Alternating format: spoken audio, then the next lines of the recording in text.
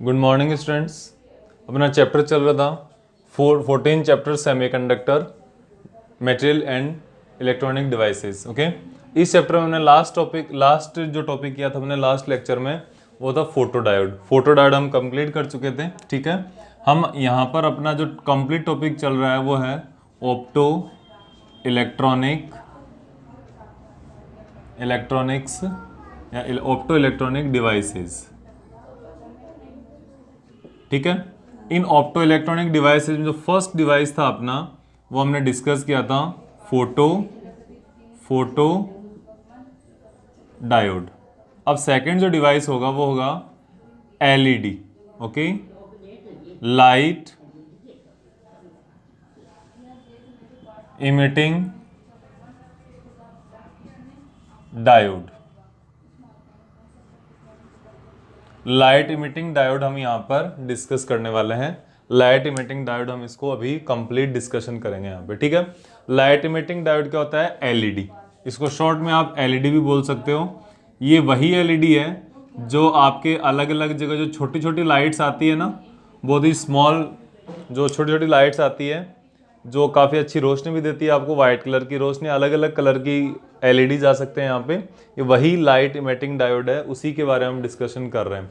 और जो आजकल हमारे कमर्शियल लाइट करने के लिए या रूम में अपने घरों में जो लाइट जलाने के लिए, रोशनी करने के लिए जो लाइट्स आ रही है वो भी क्या है? Light emitting diode. वो भी एलईडीज की फॉर्म में ही आती है। ठीक है ना। पहले क्या आता था? पहले हमारे पास बल्ब आता था। ठीक है, उसके अंदर फिलामेंट होता था, वो होते थे लगभग 100 वॉट बल्ब होता था। ठीक है, देन इसके बाद अपने पास यहां पर आया था CFL fluorescent compact fluorescent lamp.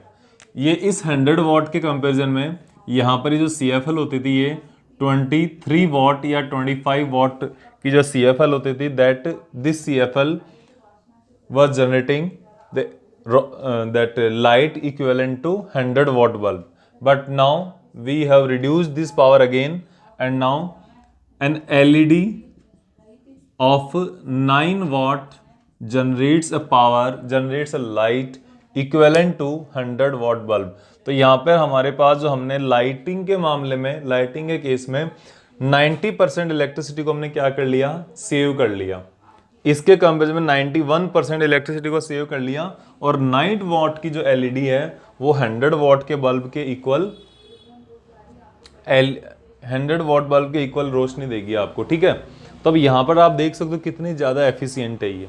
ठीक है, लाइट इमिटिंग डायोड हम यहाँ पर डिस्कस करने वाले हैं। तो इस लाइट इमिटिंग डायोड के लिए सबसे पहले हम यहाँ पर इसको डिफाइन करते हैं। और डिफाइन तो क्या करना है, ये डिवाइस है जो लाइट ग्लो करता है, लाइट इमिट करता है। ठीक है, इसकी वर्किंग क्या होती है वो देखना है। ठीक है, light emitting diode is nothing but an PN junction diode. Okay, PN junction diode which is operated in forward bias. First of all this diode will be operated in forward bias and this is the symbol. This is PN junction diode, symbol of PN junction diode. Okay, and for LED we will this light will emit some amount of light, this LED. So this is the symbol of LED.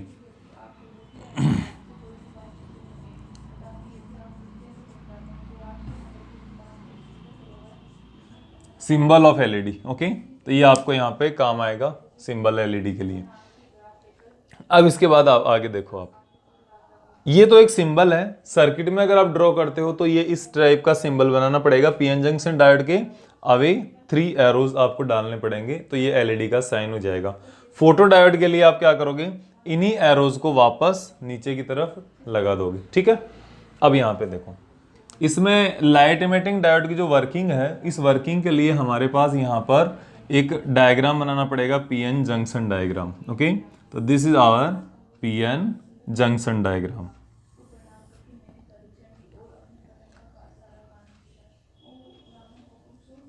This is P side and this one is N side, and here we have junction.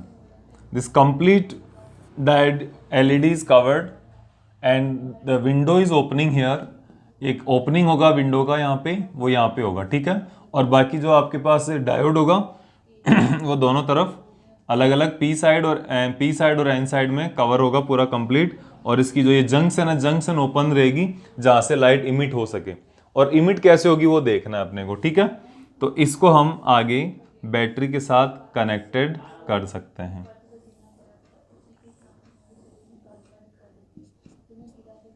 Okay, this is variable potential. Variable लगाने की जरूरत नहीं है, वैसे variable होता है लेकिन आपको इसको दिखाने की जरूरत नहीं है यहाँ पे, क्योंकि जो वेरिएबल पोटेंशियल है वो हम reverse bias and forward bias में उस पोटेंशियल डिफरेंस को वेरी करने के लिए लगाते हैं, ठीक है। यहाँ पर हम इसको कम ज़्यादा करने की जरूरत नहीं पड़ती है, क्योंकि वहाँ पर अगर आपकी जो एलईडी है एक बार मान लो 5 वोल्ट पर अगर ग्लो करती है तो आपको यहाँ पे 5 वोल्ट ही लगाना पड़ेगा, ठीक है।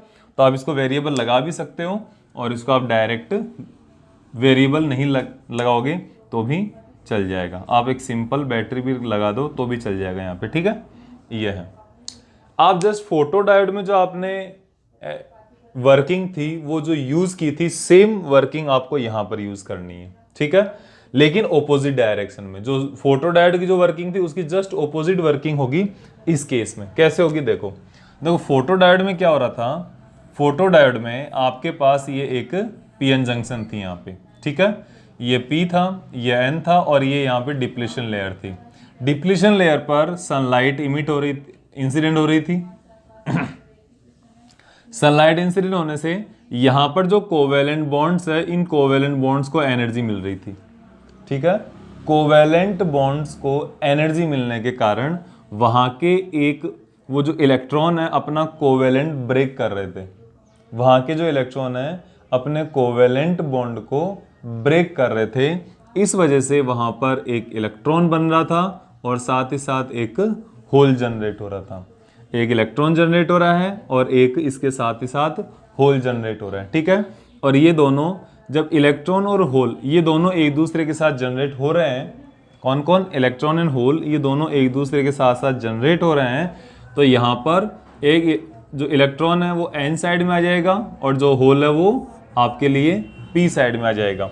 और ये किस में कनेक्टेड था, ये रिवर्स बायस में कनेक्टेड था, ठीक है ना। ये आपके पास रिवर्स बायस में कनेक्टेड है, इस चीज का आपको ध्यान रखना है, ठीक है। तो रिवर्स बायस में ये जो दोनों आपके पास इलेक्ट्रॉन एन साइड चला जा रहा था, होल पी साइड चला रहा था, तो यहाँ पे माइनॉरिटी चार्ज कैरियर्स के कारण करंट फ्लो हो रही थी, and that current is very very very small. But in the case of this light emitting diode, this process is just opposite to the process of photo diode, okay. Look here what happened, suppose large number of holes are there in p side, okay, and large number of electrons are there in n side में यहाँ पे large number of electrons है। यहाँ पे आपको ये देखना है, ये जो इलेक्ट्रॉन है, ये जो होल है आपका, होल यहाँ से, जैसे आपके पास क्या है यहाँ पे forward direction, forward bias connection होने के कारण यहाँ पर एक एक्सटर्नल इलेक्ट्रिक फील्ड है इस डायरेक्शन में।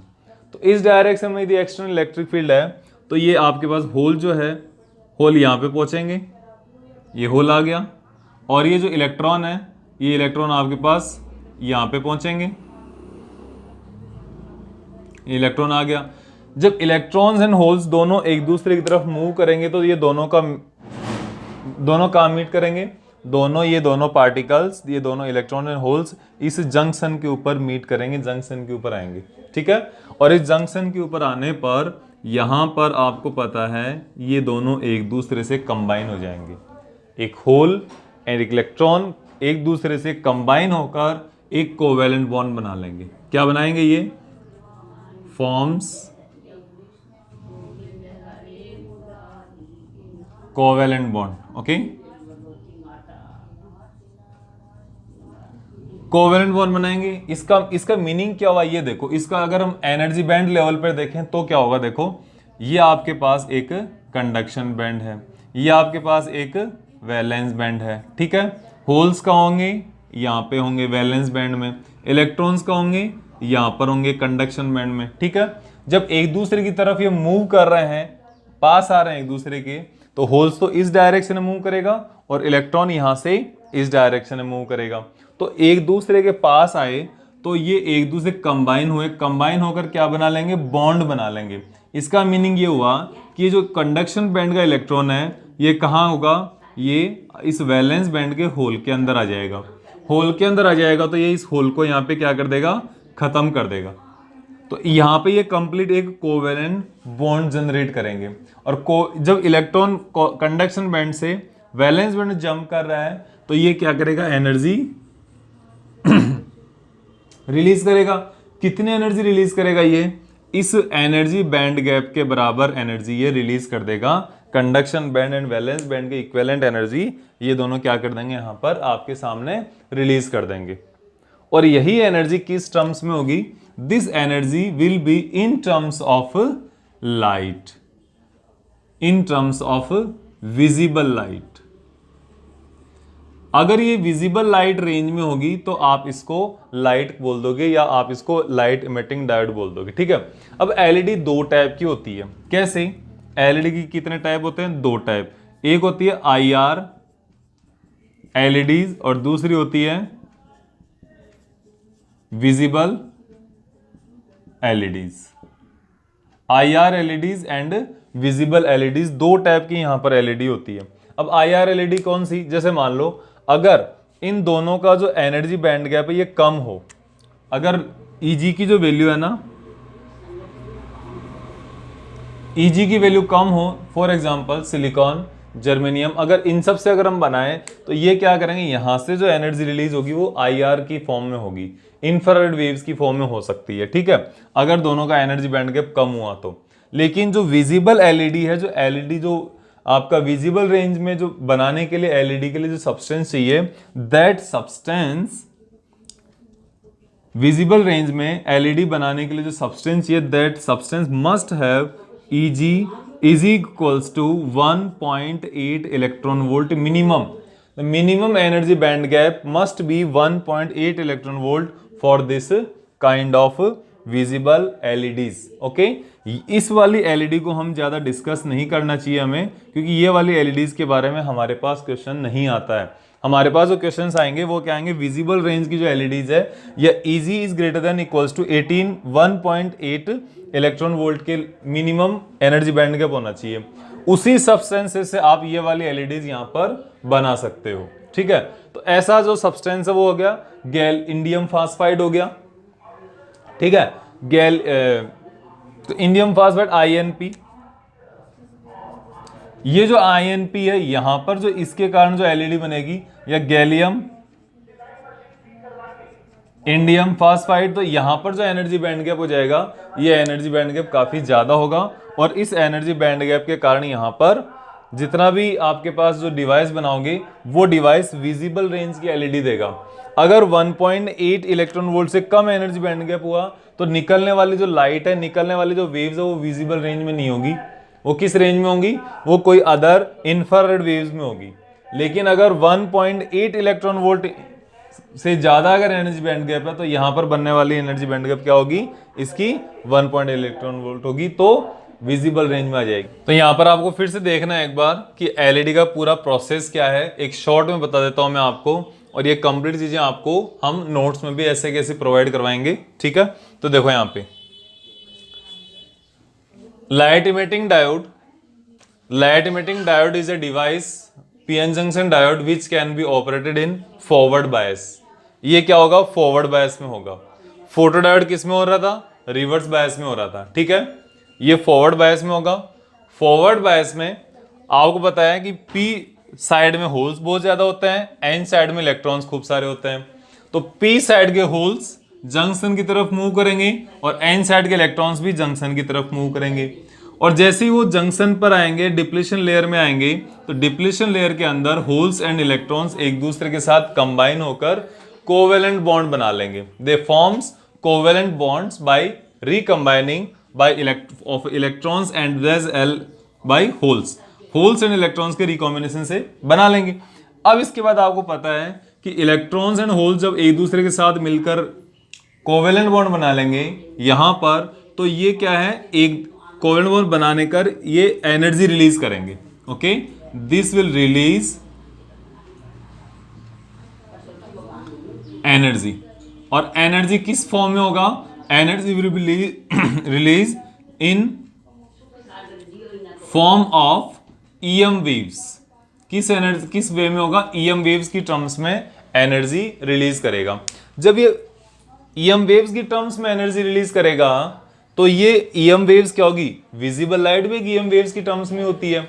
अब देखो, अगर कितनी एनर्जी रिलीज करेगा? जितना कि इस एनर्जी इस सेमीकंडक्टर मटेरियल का एनर्जी बैंड गैप होगा। क्योंकि आपको पता है कि अगर इलेक्ट्रॉन जो है, इलेक्ट्रॉन कंडक्शन बैंड में लाई कर रहे हैं, होल्स वैलेंस बैंड में लाई करते हैं।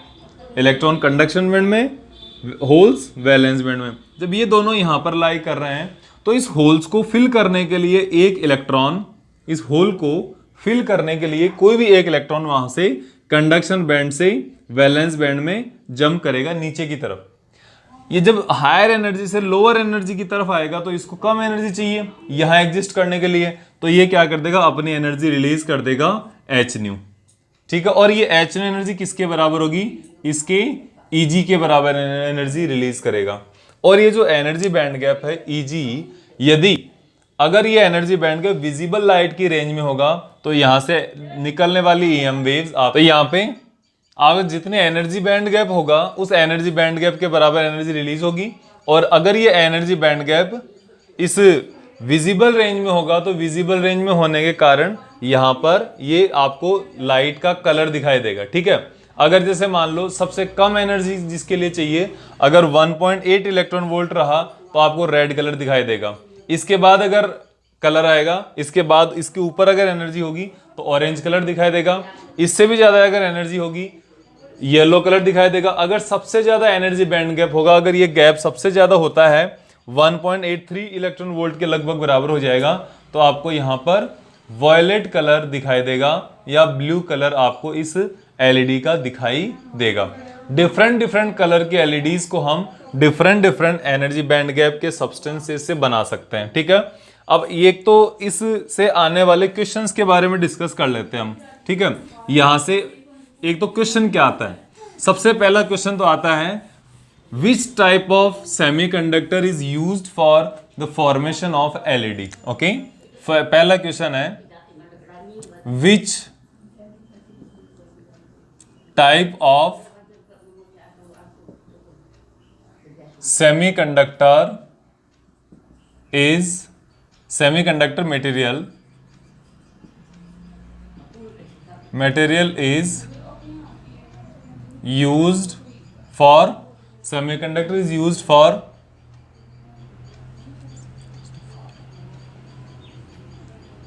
formation of LED. ठीक है, किस टाइप का सेमीकंडक्टर आपको एलईडी बनाने के लिए यूज किया जाएगा? तो इसका सबसे पहला आंसर है सब्सटेंस और the semiconductor material having energy band gap greater than 1.8 electron volt. Minimum energy band gap 1.8 electron volt होना चाहिए। यह आपका इसका डायरेक्ट आंसर है। एक तो सबसे इंपॉर्टेंट क्वेश्चन ये आता है। दूसरा ये आ सकता है इसकी डिफाइन और एक्सप्लेन ज्यादा सही रहेगा।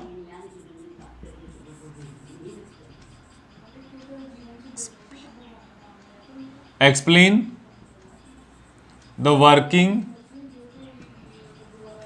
Working of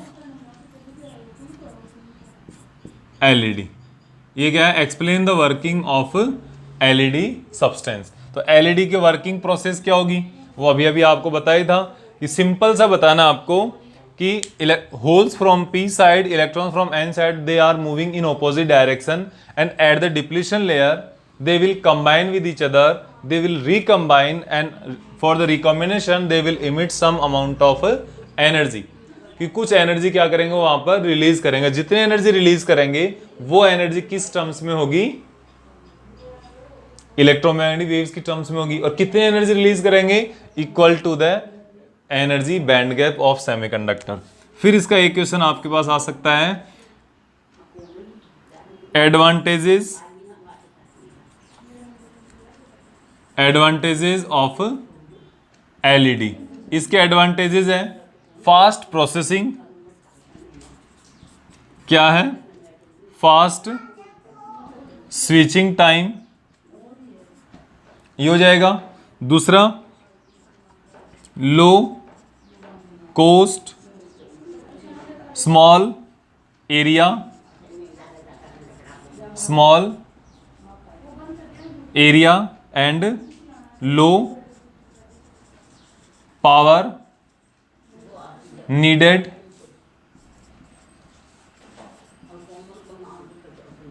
low power needed. तो ये सब क्या है यहां पर आपके पास, ये इसके 4 अलग अलग एडवांटेजेस हैं। अगर इसके एप्लीकेशंस की बात करो, यूजेस की अगर बात करो आप इसके, तो इसके बहुत सारे यूजेस भी है कि यहां पर जो आपके पास एलईडीज का जो ऑप्टिकल फाइबर कम्युनिकेशन में ऑप्टिकल सिग्नल जनरेट करने के भी यही काम आती है। ठीक है, ऑप्टिकल सिग्नल्स को जनरेट करने के काम आती है। फिर इसके बाद ऑप्टिकल कम्युनिकेशन हो गया। फिर इसके बाद आ जाएगा अलार्म सिस्टम, जो अलार्म सिस्टम है उसके भी ये काम में आती है। और इंडिकेटिंग लैंप जो है, रेडियो रिसीवर्स में इंडिकेटिंग लैंप के लिए भी एलईडीज को आप काम में ले सकते हो। तो these LEDs and these photo optic this our second opto electronic devices. ठीक है, opto electronic devices are light sensitive devices of electronics. ठीक है, तो इतना सब कुछ आपने इस चैप्टर में, इस टॉपिक में आपने डिस्कस किया है। इसके बाद जो अगला पॉइंट आएगा हमारा, उस पॉइंट के अंदर हम लास्ट टॉपिक रहेगा, लास्ट पार्ट रहेगा इस चैप्टर का, and that will be solar cell. ठीक है, और यहां पर अपन एक लास्ट वाले लेक्चर में एक और क्वेश्चन बताना था आपको, जो पिछला फोटो डायोड का एक क्वेश्चन है कि फोटो डायोड से सबसे ज्यादा इंपॉर्टेंट कौन सा क्वेश्चन आता है, वो भी मैं आपको अभी बता देता हूं। फोटो डायोड से रिलेटेड कौन सा क्वेश्चन आता है, ये अभी आप नोट करें। फोटो डायोड से रिलेटेड क्वेश्चन आएगा, Y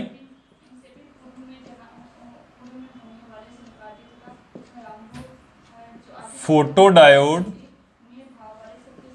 is operated under reverse bias. Why photodiode is operated under reverse bias? कि फोटोडायोड रिवर्स बायस में क्यों होता है? तो देखो, फोटोडायोड को हमने रिवर्स बायस में क्यों कनेक्ट करते हैं, इसका भी एक बहुत बड़ा लॉजिक है। ये P है, ये N है, ये यहां पर ही है। देखो, फोटोडायोड में क्या होता है, लाइट जब इंसिडेंट होगी तो यहां पर इलेक्ट्रॉन होल पेयर जनरेट होगा, इलेक्ट्रॉन इधर आ जाएगा, होल इधर आ जाएगा। अगर यहां पर देखो चेंज, P डैश की वैल्यू होगी P plus delta P, N dash की वैल्यू होगी N प्लस डेल्टा N। ये होल का, ये नई होल कंसंट्रेशन है, ये नई इलेक्ट्रॉन कंसंट्रेशन है। तो यहां पर डेल्टा P देखो, अगर यहां पर हम फॉरवर्ड बायस की बात करें तो करंट किसके कारण फ्लो होती है, फॉरवर्ड बायस में मेजॉरिटी चार्ज कैरियर्स के कारण। Majority charge carrier, majority charge carrier already इतने होते हैं नंबर में, इतने ज्यादा होते हैं नंबर्स में कि यहां पर अगर थोड़ा बहुत चेंजेस आएगा तो कोई सिग्निफिकेंट चेंज नहीं मिलेगा। ठीक है, तो आप लिख सकते हो no significant change, no significant change. But if we discuss about reverse current, reverse current किसके कारण होती है, ये माइनॉरिटी चार्ज कैरियर्स के कारण होती है। और माइनॉरिटी चार्ज कैरियर बहुत कम होते हैं ऑलरेडी, तो बहुत कम होगा उनमें, अगर आप थोड़ा सा भी चेंज करोगे तो वो आपको दिखाई देगा। तो जो चेंज होगा वो क्या होगा, सिग्निफिकेंट चेंज होगा। यहां पे कौन सा चेंज होगा, यहां पे सिग्निफिकेंट चेंज होगा। ये आपको यहां पर ध्यान में रखना चाहिए। जैसे एक तरीके से एग्जांपल मान लो, फॉरवर्ड बायस में आपके पास 10,000 इलेक्ट्रॉन है, 10,000 नहीं 1 लाख मान लो, ठीक है, 1 लाख इलेक्ट्रॉन है। यहां पर आपके पास जो सनलाइट है इसके कारण आपके पास 10 इलेक्ट्रॉन और मिल गए। ठीक है, 10 इलेक्ट्रॉन और मिल गए, तो क्या हुआ, यहां पे कोई खास चेंज नजर आएगा, ये खास चेंज नजर नहीं आएगा आपको। यहाँ पे कोई डिफरेंस पता ही नहीं चलेगा, इतना डिफरेंस मेजर नहीं। आपके पास ऑलरेडी 1 लाख रुपए है, कोई आपको 10 रुपए देने की कोशिश करेगा, आप उसको मना कर दोगे, आप बोलोगे रख अपने पास, खुद के पास ही रख, नहीं चाहिए मुझे को। लेकिन अगर किसी के पास ऑलरेडी ही 10 रुपए ही है और उसको 10 रुपए ही और देने की कोशिश करें, तो अब कितने हो गए, ये 20 हो गई। आप ये कह सकते हो पहले के कंपैरिजन में अब कितने रुपए हो गए, उसके बाद डबल हो गई। तो माइनॉरिटी कैरियर्स के लिए भी यही होता है कि माइनॉरिटी कैरियर खुद तो बहुत कम होते हैं, लेकिन जैसे ही वो उनके साथ जो ये इंक्रीज हो जाती है ना इनकी कंसंट्रेशन, वो सिग्निफिकेंट चेंज नजर आता है। और मेजॉरिटी चार्ज कैरियर्स में सिग्निफिकेंट चेंज नजर नहीं आता है, इसलिए फोटोडायोड को रिवर्स बायस में कनेक्ट किया जाता है। तो आप इसको सिंपल सा आंसर ये लिखेंगे, for the detection of small change in current या small change in current is also significant measurable in reverse bias, that's why semiconductor diode is photodiode is operated in reverse bias. Okay, so this is all for today, and in next lecture we will discuss about solar cell. Okay, thank you.